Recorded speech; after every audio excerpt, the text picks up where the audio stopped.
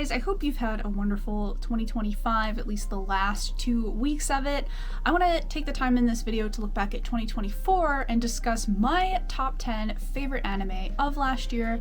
This is not necessarily going to be the best anime that aired last year, but just my personal bias, shows that I thought stood out, shows I personally liked, and a lot of these shows I think need more recognition, need more attention, so I'm going to talk about them. Keep in mind that this list will not feature any season 2s. This was a pretty busy year for me, so I didn't get to catch up on every single season 2 or continuation of a show that I wanted to, or remakes, so it'll only be newer shows, including shows that rolled over from the end of 2023 and didn't quite finish yet, will be on this list. I have an honorable mention, which is only an honorable mention because I just simply didn't finish it, and it would 100% deserve to be on this list if I had finished it, but that is Apothecary Diaries. Really fantastic show. I did some writing on it on Anime Corner. I was doing weekly reviews on each episode, but I just got really busy and dropped it for no other reason than just being busy. The show is really fantastic, and I really want to finish the first season so that I can pick up the second season because it's airing right now. But it would definitely be on this list, but I have to just put it in my honorable mention slot for now. And I know shows like Yuru Camp Season 3 would probably also be on the list, but I'm such a bad anime watcher, dude. Like, Yuru Camp is literally my second favorite anime, and I haven't watched Season 3 yet. I need the perfect moment. I need the perfect moment to watch it, okay? 2024 was probably the year where I watched the least amount of anime in the last decade, and I totally regret it, and I hope to get back on track in 2025. Starting with number 10 and going all the way to number 1. Number 10 is 365 Days to the Wedding, which I just sat down on my couch as, you know, I had rice heating up in the cooker. I didn't really have anything else to do. Turned it on, and I like anime where you have adult characters and it's a workplace setting. It's a little more of a mature situation, you know. I kind of am over high school romance, mostly over a lot of school anime. This show follows two characters who work at a travel company, and any of the single employees at this company might be forced to move to their Alaska branch, and these two workers for the company don't want to have to move to the Alaska branch, so they fake a marriage or fake an engagement with each other, and they have a year to, you know, at least convince people that they're getting married, at least convince people that they're actually engaged so that they don't have to move to this Alaska branch. There's nothing really particularly special about it. I do just like these kinds of cheesy scenarios where you know what's gonna happen. They're not gonna want to fall in love with each other, but they do, which is not even a spoiler at this point. You know where shows like this are going, okay? Like,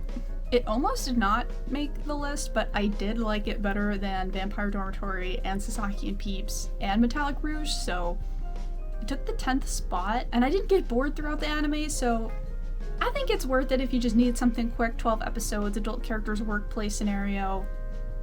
It's there. Number 9 is My Dear Friend Nokotan, or Shika Noko Noko Noko Kos Tan Tan, which I keep getting that title wrong a lot. This show, I feel like, has no real deep meaning. It's just there to make you laugh, and I think just feel good. I picked this show up, I had seen the memes on the internet. I had seen the clips of the deer girl with the antlers walking into the classroom and destroying the doorway, and students are attacked with like the fallout of this situation. I picked this show up when I was feeling like kind of down, kind of like I needed something happy to watch, and this did it for me. The main character makes a friend at school who's like this deer girl with antlers, and there's deer puns, and they make this like deer club at school. It's Nichijou levels of comedy where it's just that ridiculous, and there's a lot of Japanese jokes in there too that I think, you know, probably go over my head and a lot of other people's heads too. I can't say I got anything from this show other than the memes and several laughs and smiles, which is honestly what I needed at the time, and yeah, Nokotan was there for me when I needed it the most. Okay, number 8 is where it starts getting really good. Number 8 is Alia Sometimes Speaks Her Feelings in Russian, which I first came in contact with this series at a manga cafe here in Japan.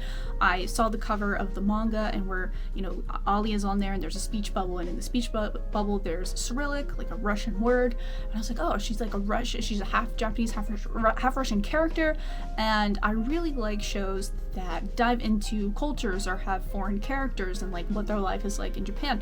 So I kind of picked this up. Again, it was in Japanese, so I wasn't following every single thing that was happening, but that was before the anime was announced. And when the anime got announced, I was so excited for it, and to see how they, you know, portrayed Alia on the screen. And you know, I wasn't disappointed at all. I am so glad that this show got an appropriate animation budget.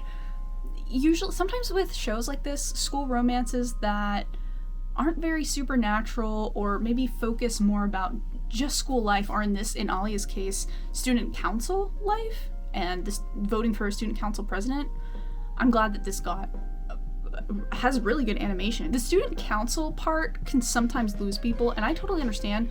For me, with school anime, like school council stuff and school council drama and voting for the school council president is something that I can't really relate to, or I don't really find that enjoyable. I think people that are Japanese or grew up in Japan, grew up going to a Japanese high school, they might find it more like special or exciting because they went through that themselves. But maybe for Western audiences, it's a little harder to connect. At least in my schools in America, we did not have anything like a student council or like voting or anything like that. But Alia still manages to draw me in just because of the main character, Alia, being half Russian, speaking Russian and Japanese.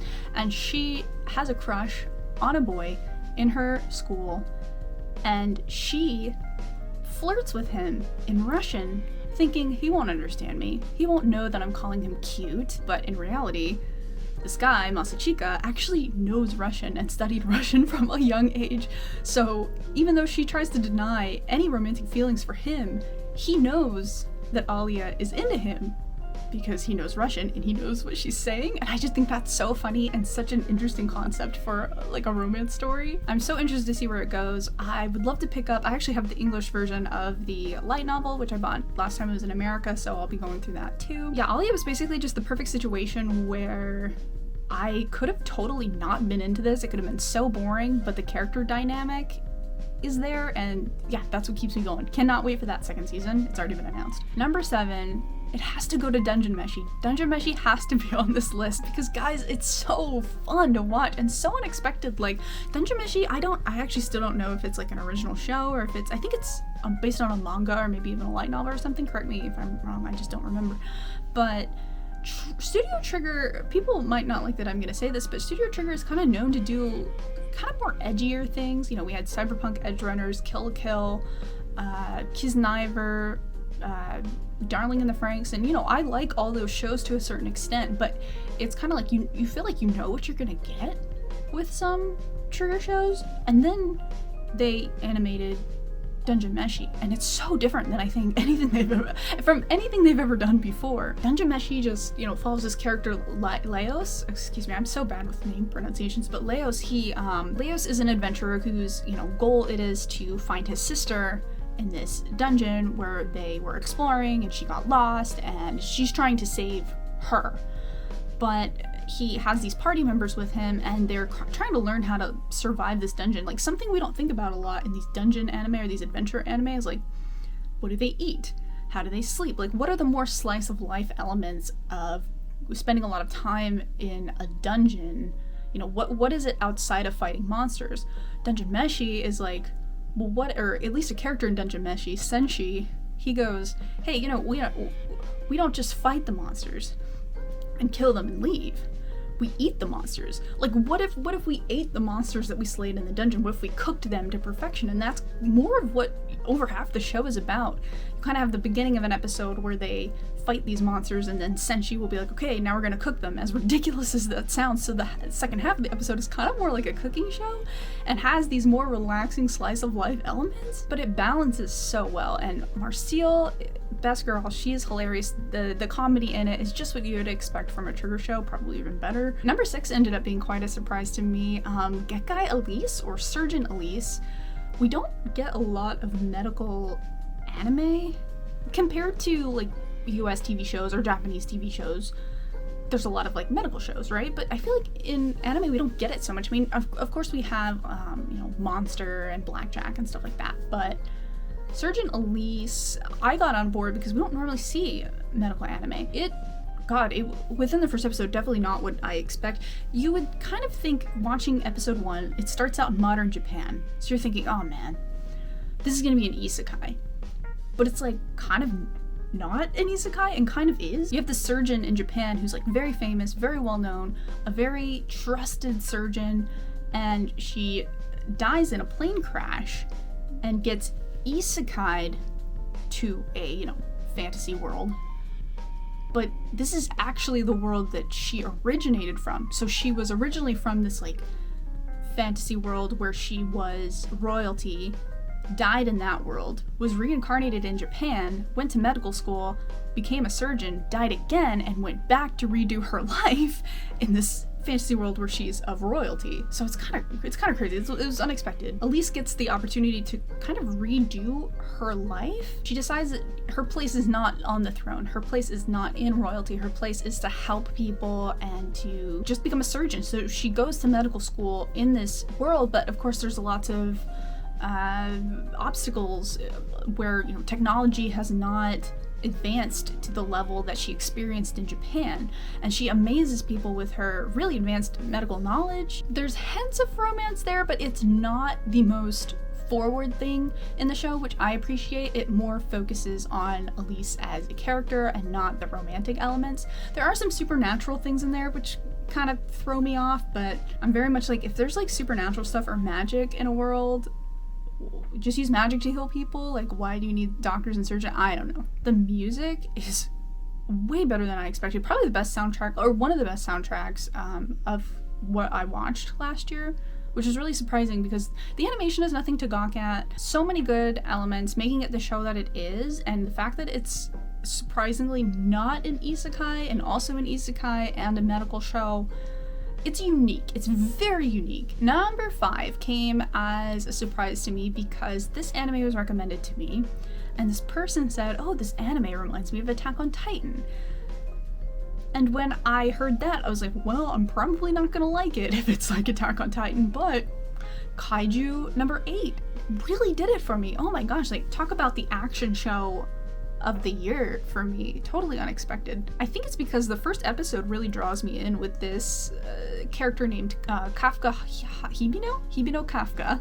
His desire is to fight kaiju in the Japanese military, or the branch that is meant to fight kaiju, but he just can't seem to pass the exam to get into the military, so instead he is part of the cleanup crew for what happens after the military kills a kaiju, which is something maybe we don't think about in kaiju stories. Like, the coolest parts are battling the kaiju and killing the kaiju, but, you know, who cleans all of this mess up? Who cleans all of their organs out and skin and chunks, for lack of a better word? Who cleans this stuff up? And Kaiju number 8 kind of makes you think about that near the beginning of the episode, because that's what Kafka does. And for some reason unknown to us yet, Kafka turns into a kaiju at the end of episode 1, which is not a spoiler or anything. Like, that's kind of one of the main premises and why I think a lot of people compare it to Attack on Titan, you know, with Eren being a Titan.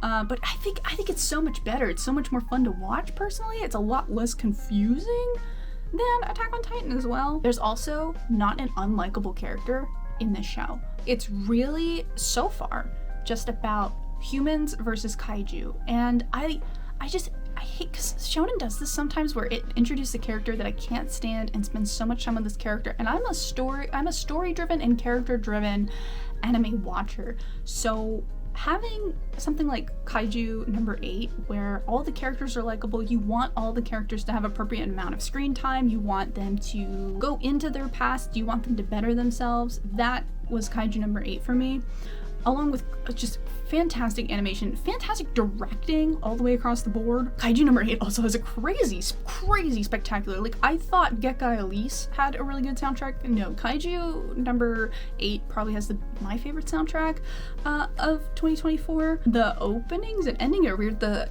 opening song is done by Youngblood, and the ending song is done by One Republic, which is so random and funny. Like, when I was watching this, I was like, what in the 2009 is going on here. I mean, I loved Kaiju number 8 so much that I picked up the manga as soon as I got done with the first 12 episodes of the anime that are out right now.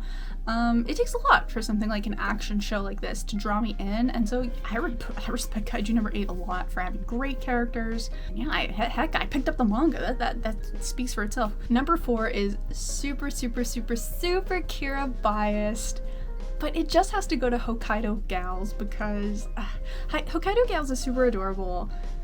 Is just a love letter to people who love Hokkaido and how different Hokkaido can be from different areas of Japan. So I live in Hokkaido, and even before I lived in Hokkaido, I would visit so much because I just loved the different culture, the food, the history. And this show features a character who's originally from Tokyo and moves to the countryside of Hokkaido and experiences like blizzards for the first time, and you know, this countryside life and the different accents, the different like Hokkaido Ben, Hokkaido dialect, and he meets all these different, you know, adorable Hokkaido girls, and it's definitely a harem, it's definitely a romance, it definitely has ecchi, so if you're into that, you know, there's that. But I think for me the main draw is, you know, the Hokkaido references, like, oh, this is exclusive Hokkaido fried chicken, or like this drink that you can only get in Hokkaido. I think that those are the parts that make it fun. And I read the Hokkaido Gales manga, you know, two or 3 years before the anime was ever announced, because I just love Hokkaido. I love this area of Japan, and if you come to Japan, you'll find your favorite areas of Japan, and you'll be able to like differentiate them from each other and be like, well, the food here is exceptional, or I can only get this certain candy or snack or drink in this area of Japan. And so I hope we kind of see more of these anime. Like maybe they'll do like Fukuoka or Kyushu Girls, Nagano, I don't know. It's kind of the same reason why I really like Wake Up Girls, because Wake Up Girls has a lot of, you know, Tohoku stuff in it. Like Hokkaido Girls is not necessarily greatly written or greatly animated or anything like that, but just seeing the writer, or at least the mangaka, be as excited about Hokkaido as I am, that's good enough for me. So this is big for, you know, the Kira bias, but I had to put it at number 4. I was waiting for this anime for so long, and it didn't disappoint, as I've read the manga, and hopefully we'll get more of the manga adapted too, but I don't know how well it did. Number 3 might come as a surprise to some of you guys, because some of you might think, oh, I'm surprised this is not higher on the list, but I have my reasons, and I kind of thought, you know, 1 through 3 out as carefully as I could.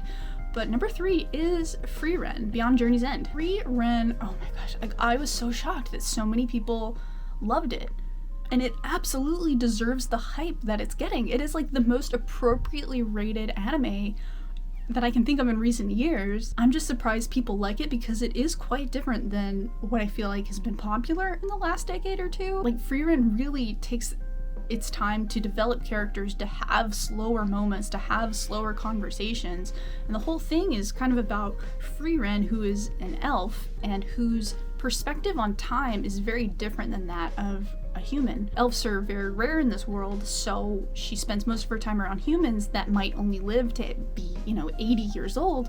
80 years to her can go by, I don't really know the math on how fast it is, but you know, maybe it goes by in like a month or two. It's maybe hard for Frieren to, at the beginning, completely empathize or understand human feelings, human emotions, because to her, what is waiting 2 years at a lodge or an inn to plan out something, or to wait for the best time, whereas like 2 years in a human's mind is like a long time, and they feel like they might be wasting that time. Throughout at least the 26 episodes that we have, Frieren is kind of exploring her feelings and exploring her regret of maybe not getting to know humans enough from her past that have now since, you know, passed away, and she's trying to get to know the humans that are with her right now in this moment and think of the present as fast as it's going for her from her perspective, if that makes sense. The first half of Frieren is a lot slower, but I love it, like beautifully animated. It's almost like, I hate to compare it to like a Ghibli film or something, but it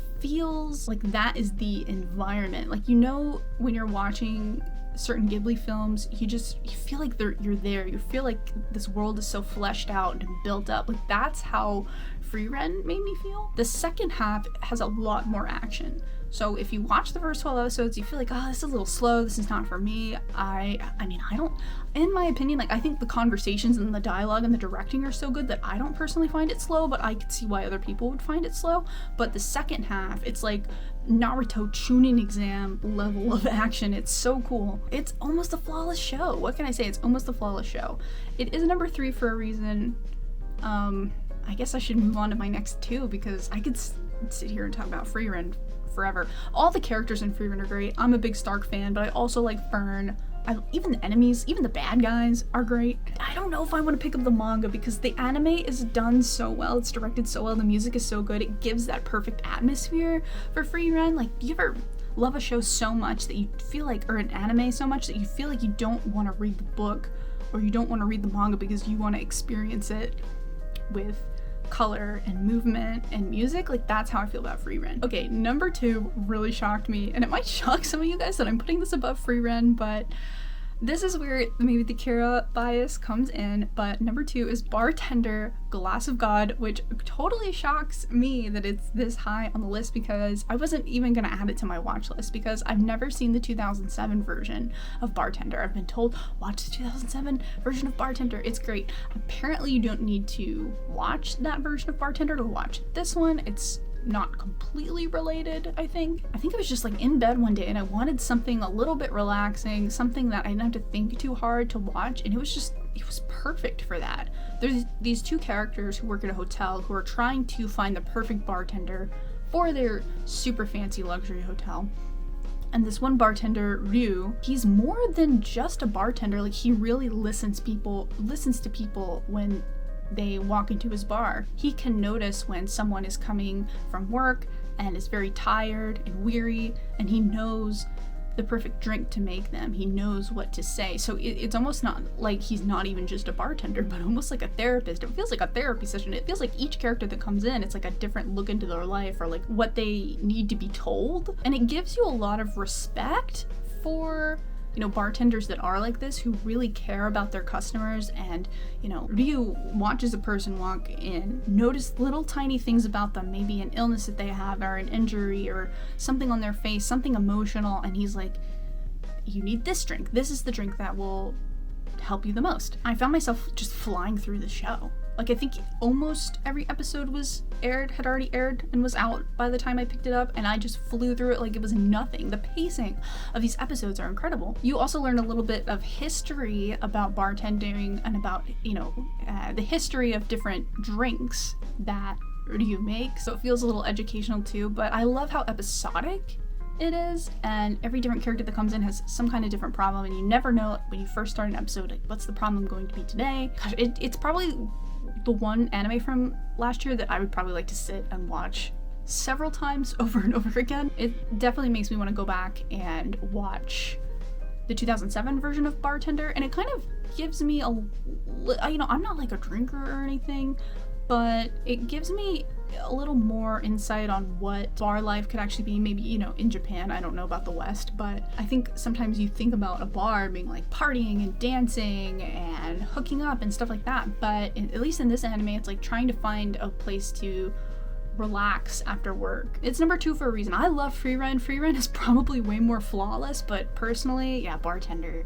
did so much for me. And with that, my number 1 anime of the year was 2.5 Dimensional Seduction.